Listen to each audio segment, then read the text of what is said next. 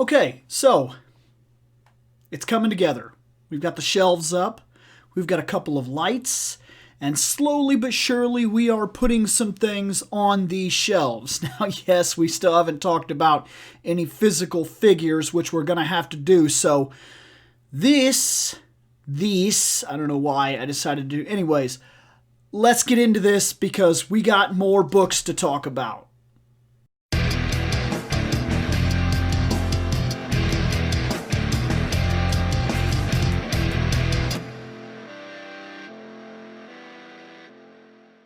Okay, first off, Bombshells. This wasn't bad. It actually wasn't bad. It was kind of a nice little departure from the norm. It told a different kind of story. It basically focused all on the girls, and it wasn't a terrible story. It wasn't. In fact, it was so good that it actually went past its original idea, because its original idea, as far as I understand, was that this was supposed to show up, do one story, and be done. It did more than that. But it is the first item that we will talk about that doesn't stay in the collection. That doesn't mean it's gone. That means it's not part of this collection. This collection is more mine than anything else. And though every now and then some of my wife's trinkets, like some of the Sailor Moon figures and whatnot, end up staying here because they mean something to me in a different idea, this doesn't. If this stays, it won't stay here. It'll go on a bookshelf. It doesn't belong in this collection. It was good. It was not something that I was exceptionally crazy about.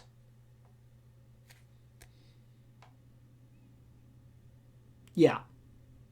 So moving on, Supergirl.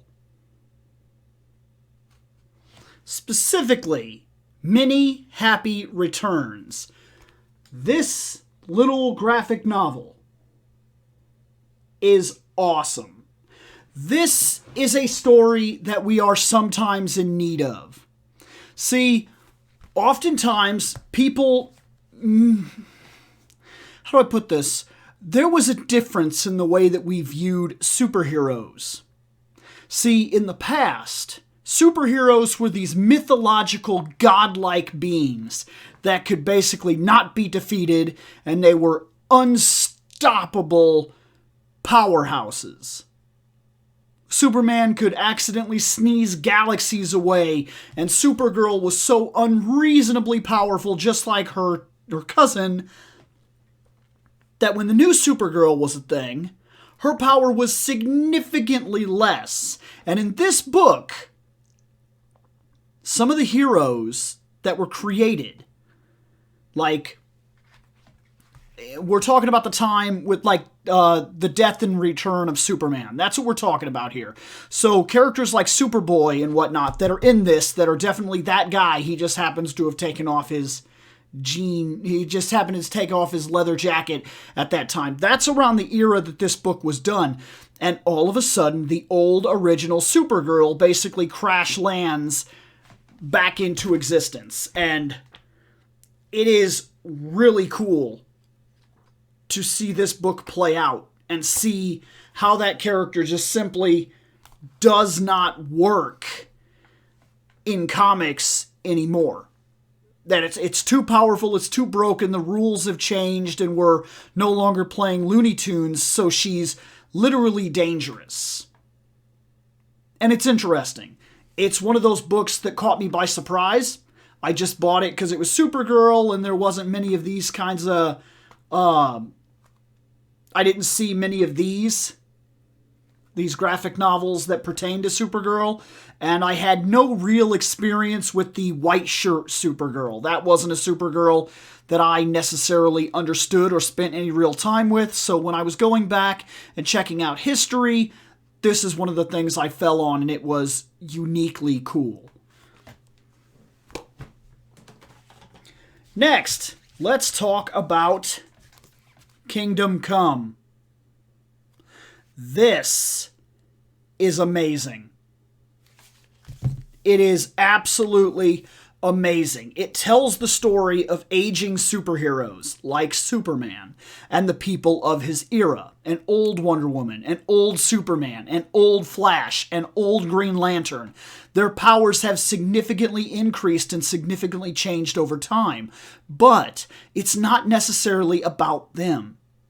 It's about the values that they had and the changing world around them. These are traditional superheroes. This is original Superman with original values. This is original Wonder Woman with original values. But these values are tested, they're pushed, they're changed, and over time circumstances arise in the new layout of comic books in general that cause these heroes to go the wayside. A new, more violent, vigilante hero takes their place. And when they come back to try to essentially inspire and reestablish order, they stir something up that backfires dramatically. This was the first time that I had seen the Wonder Woman-Superman relationship. This was the first time that I had seen the Wonder Woman armor and the powerful sword. And actually was the first time that I found myself interestingly intrigued by Wonder Woman.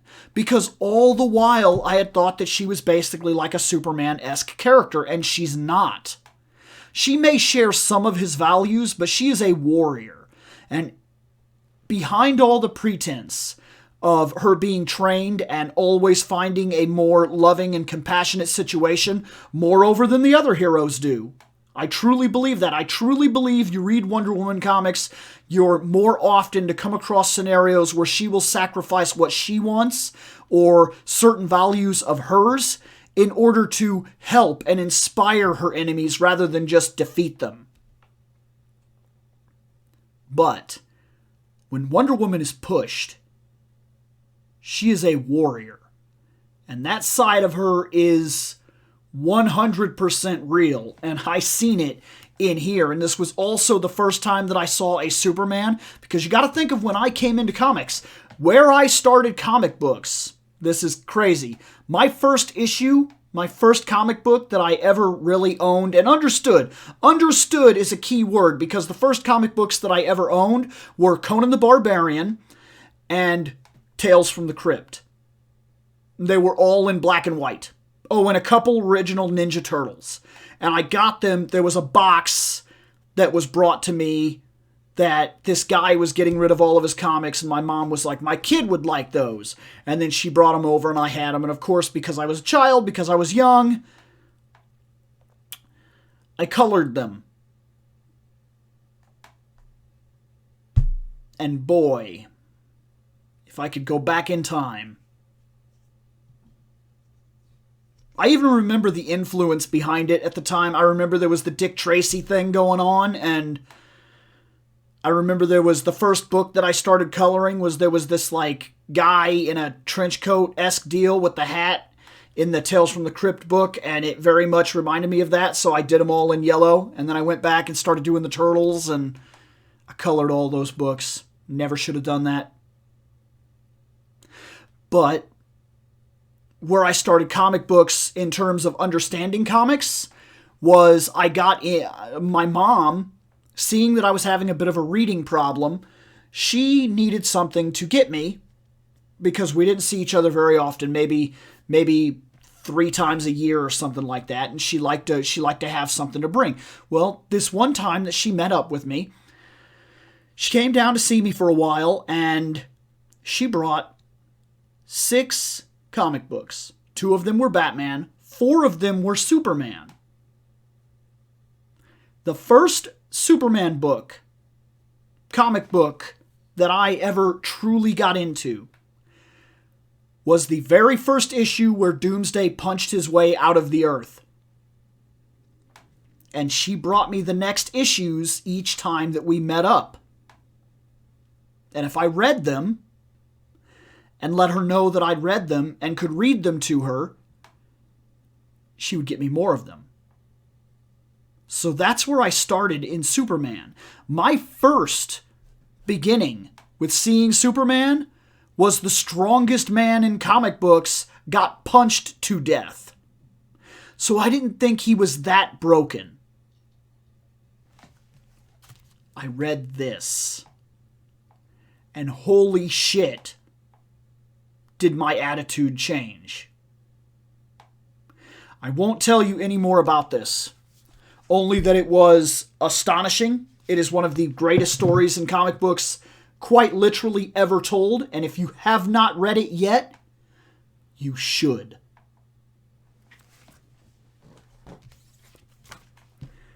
Infinite Crisis.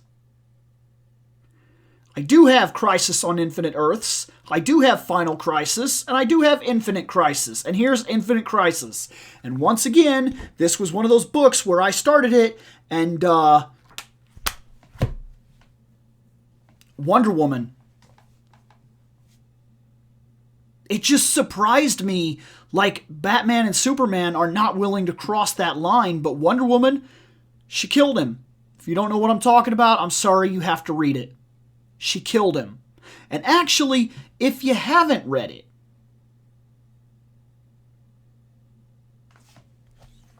then maybe, just maybe, it wouldn't be the worst idea in the world for you to do so. Because what happens at the beginning of this, it's pretty important to that new movie that's about to come out. Or it might be. See, I don't know. Because I don't know if they're going to let her take that angle. But I really hope they don't lose Wonder Woman's edge. Because I think it does set her apart from the other heroes. When Batman and Superman have taken lives, because they have, don't give me that bullshit. In the comics, they always act like Superman never kills anybody, but it has happened. There are always what-if Superman stories where he loses it and things like that. But Wonder Woman's not a what-if scenario. She does it. There are times when she makes a judgment call. And it's a very different kind of hero setting than Batman, who claims to be so virtuous and doesn't kill anybody, and Superman, who claims to be so virtuous and doesn't kill anybody, but then look at their rotating door of enemies that kill so many people because of them.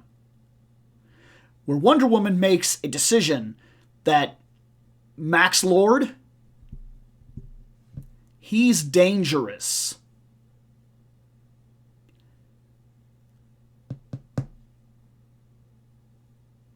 If you haven't read this, it is worth it.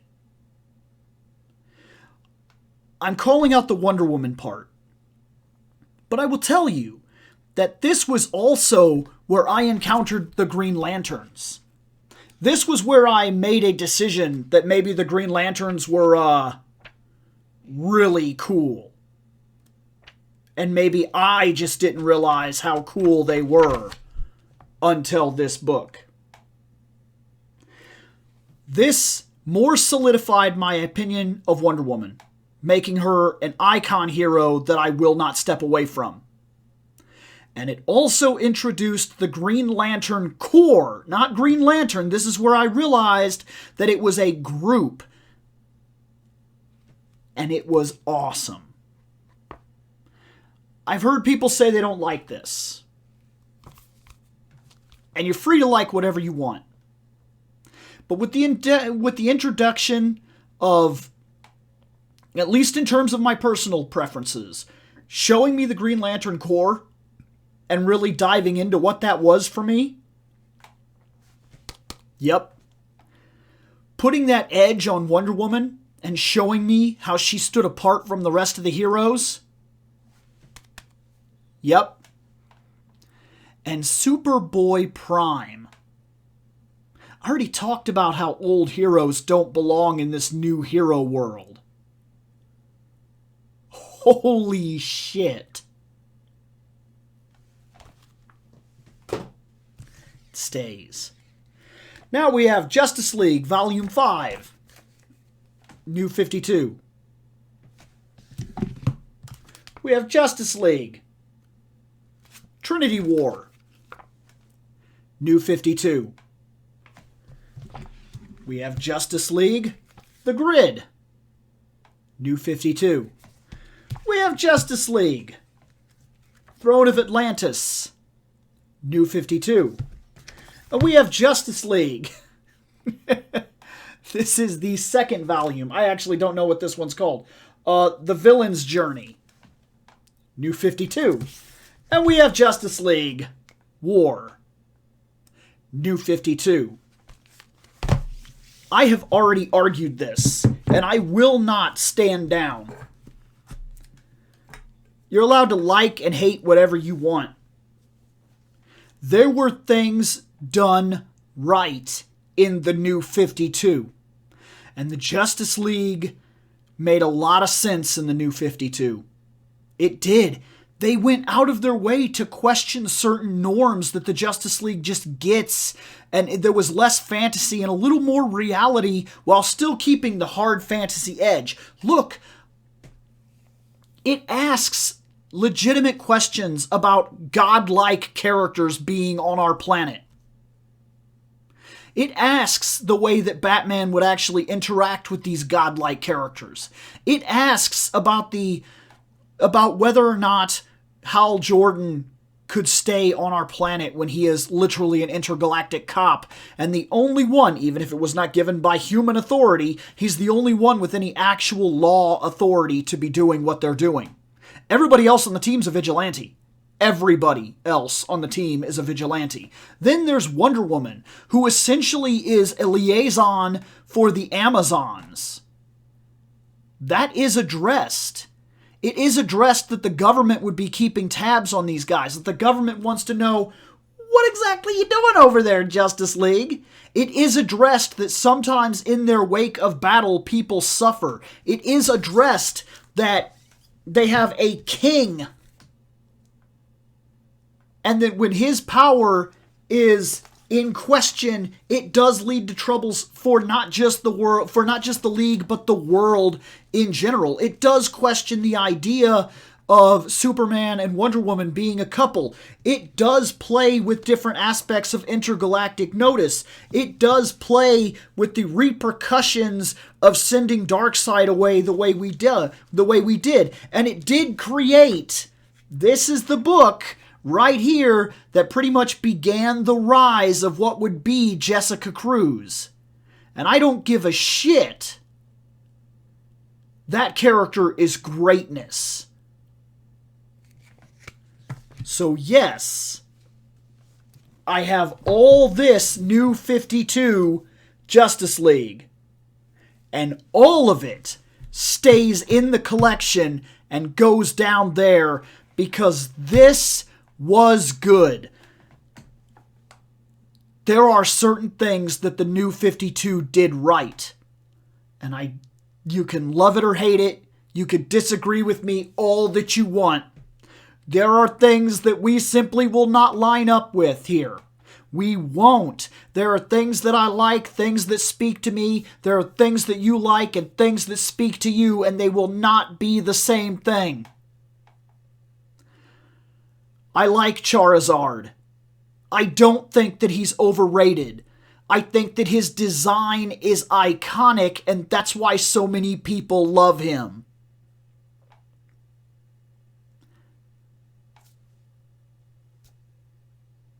I don't think Cloud is emo. I think that he was in a situation that he had no passion for. I'm just saying, there are things that speak to us in different ways. And for me, the New 52 was not a bad decision. It was a much-needed respawn point for what had become a confusing, indistinguishable mess in comic books. And quite frankly,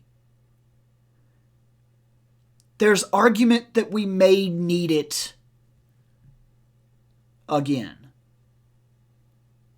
Not necessarily because Rebirth did fix a lot of things for me, and it did put a little bit of a string on why comics are so confusing, and kind of helped to basically say, it all happened and it all didn't happen, and yada yada, and just look, we're telling stories here.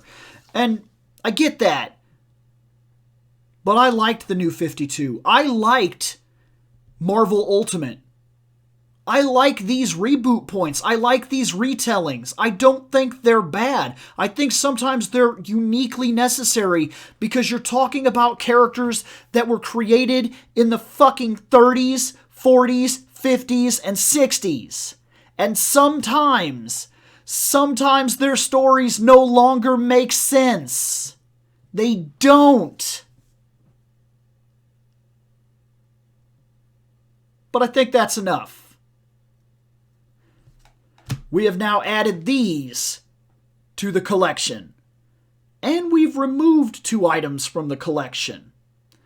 Next time, I'm going to skip books for at least an episode because there's still a lot of books to talk about. There's a lot of books. There's literally an entire freaking stack over there and literally a freaking tower of books over there. And there's 2 bookshelves out there that still need to be gone through. And I would like to get the books across the bottom, but I don't want to stock without actually addressing, without actually talking. And we need some physical items on this shelf because now that the shelves are up, it's very noticeable that they're just like barren back there. I'm gonna get out of here.